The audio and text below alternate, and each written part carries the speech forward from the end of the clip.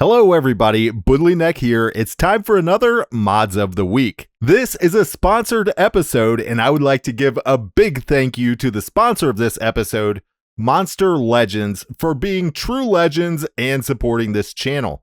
Monster Legends is a very cool mobile game where you build and expand your base as you breed, level up, and battle monsters.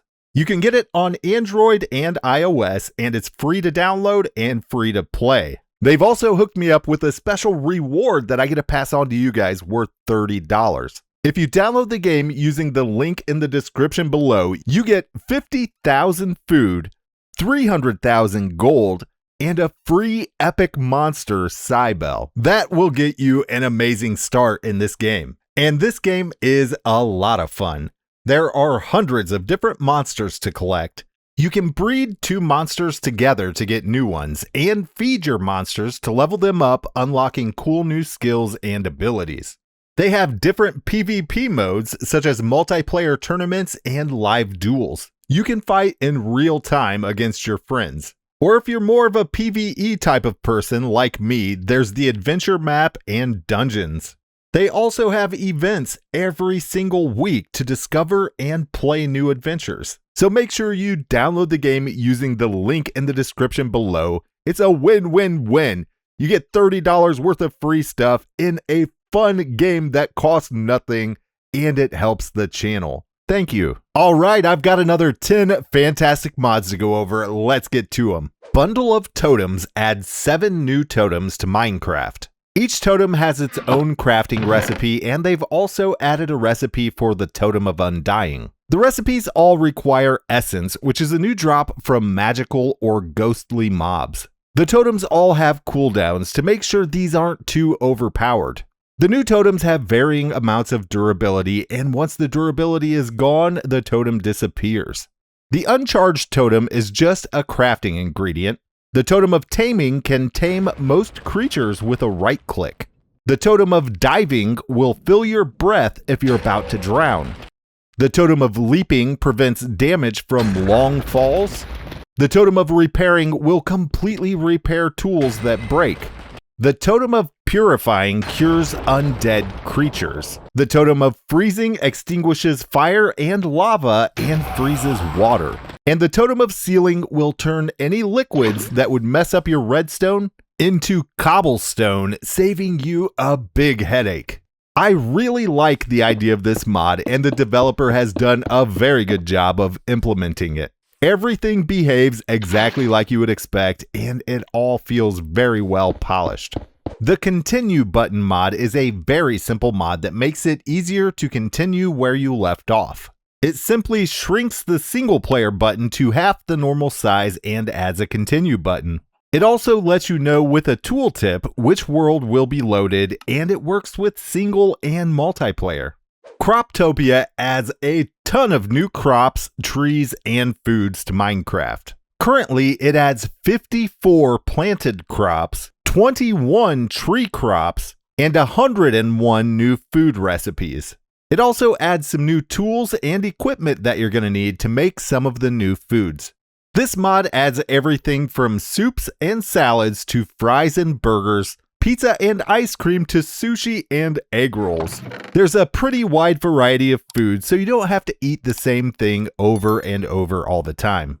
You can get seeds by breaking tall grass in different biomes with a hoe, or by placing the item in the crafting table.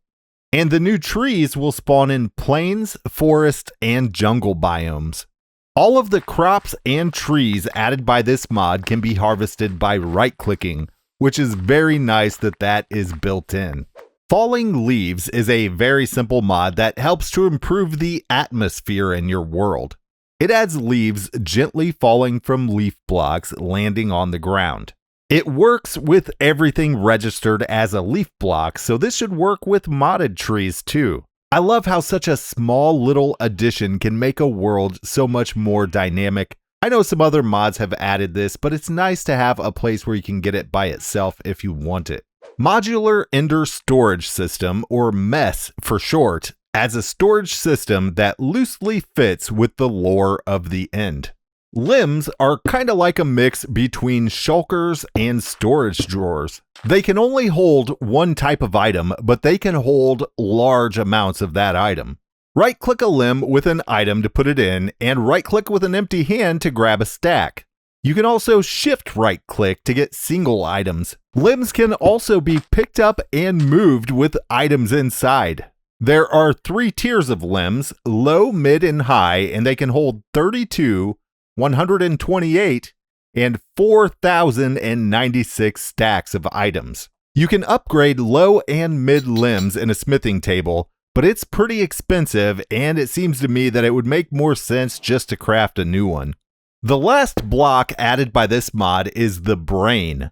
You can access any limbs connected to the brain through its GUI. You can deposit, withdraw, and search items, and you can filter what limbs you see and use based on their tiers. Last but definitely not least, you can sneak and right-click a brain with an Eye of Ender to create an Ender link to that brain. This lets you access that brain remotely, even from other dimensions. You do throw the Ender link like an Eye of Ender, so you may want to make a stack of these so you can access it more than once. All in all, this is a nice storage system that's pretty simple and effective, and it kind of feels vanilla-ish. Rain Be Gone Ritual gives players a way to stop the rain in survival Minecraft. You need to place 4 cauldrons around a log and light the log with a flint and steel. The cauldrons can be in any pattern, filled or empty, and you can use any kind of log. When you strike the log with your flint and steel, there'll be a harmless explosion effect, your cauldrons will all fill with water, and the rain will be gone. The Farmer's Delight mod gently expands on farming and cooking in Minecraft. All crops from this mod and vanilla will spawn in nature as wild patches. Wild patches won't give you a lot of food, but they will give you a seed or a single crop to get you started. The first thing you should do if you install this mod is craft yourself a knife right away. Any animals that you slay using a knife are guaranteed to drop secondary items like feathers and leather. And grassy plants that you cut with a knife will occasionally drop straw, which is useful for a lot of crafting recipes. Rope being one of those. You can place rope from the top down, making it very useful to get into ravines and to navigate the nether. You can also craft leads and safety nets from rope. Safety nets prevent all fall damage and can be used as a quick way down from high places. The cooking pot is a very cool new workstation added by this mod where you can both prepare and store large amounts of meals. You need to place it above a heat source, and once it starts bubbling, it's ready to cook. You can find recipes using JEI, and the pot can hold up to 64 meals. Once you're done cooking, you can pick up the entire pot full of meals and bring it with you. Some of the meals made in the cooking pot actually give you some new effects, like comfort, which makes you immune to slowness, hunger, and weakness, or you can get nourished, which pretty much extends your hunger bar and makes it take a lot longer until you get hungry again. This mod also adds a basket, which is a cool new container that can catch items from its open side and place them inside its inventory. The basket can't interact with other inventories like a hopper, but it can be locked with a redstone signal. The last thing I'm going to go over in this mod is rich soil. When you put a plant in rich soil, it will randomly get boosted, similar to using bone meal on it. You can also till rich soil into rich farmland, which is immune to mob trampling and won't unravel to melons or pumpkins. But you do need to hydrate rich farmland to get the same boosting effect. This mod adds quite a bit more, like a cutting board, a stove, pantries, and even a new enchantment. I don't have time to go over everything in this mod. It is absolutely massive, but everything is well done. And the developer made a series of advancements that you can use to help guide you through the mod. Ender Chested is a very simple mod that allows you to equip horses with ender chests. This is a small, simple change to the game, but it makes horses much more useful and unique. You shift right-click the horse with the ender chest to equip it, and then shift right-click again to access the inventory. Just Enough Effects shows more detailed information about any effects that you have in the GUI next to your inventory when you mouse over it. Not only does it show and explain exactly what the current effect is doing, it also shows what the different levels of that effect would do differently. This is a very helpful mod, and it seems like this should just be part of the game. Caged Mobs allows you to imprison all entities and kill them over and over while collecting their drops. The first thing you need to do is get some DNA from the entity that you want to farm. You can do that using one of the 3 DNA samplers added by the mod. The tougher the mob is, the higher the quality of sampler that you're going to need. Next, craft either a normal or a hopping cage to place your collected mob into. Hopping cages will automatically kill and place the collected items in the chest below it. Now you need to place a block in the cage that makes the mob feel at home. You can see what blocks mobs need and what drops you can get from each mob using JEI. Finally, right-click the cage to imprison your mob and you're good to go. There are also 2 cage upgrades that can influence the drops that you'll get. There's a cooking and a lightning upgrade to enable drops like cooked meat and mob heads. As you can probably tell, this mod is pretty much bonsai trees for mobs, and I really like the dark twist that the developer put on it. And that is all the time we have for this episode. I want to thank you guys so much for watching.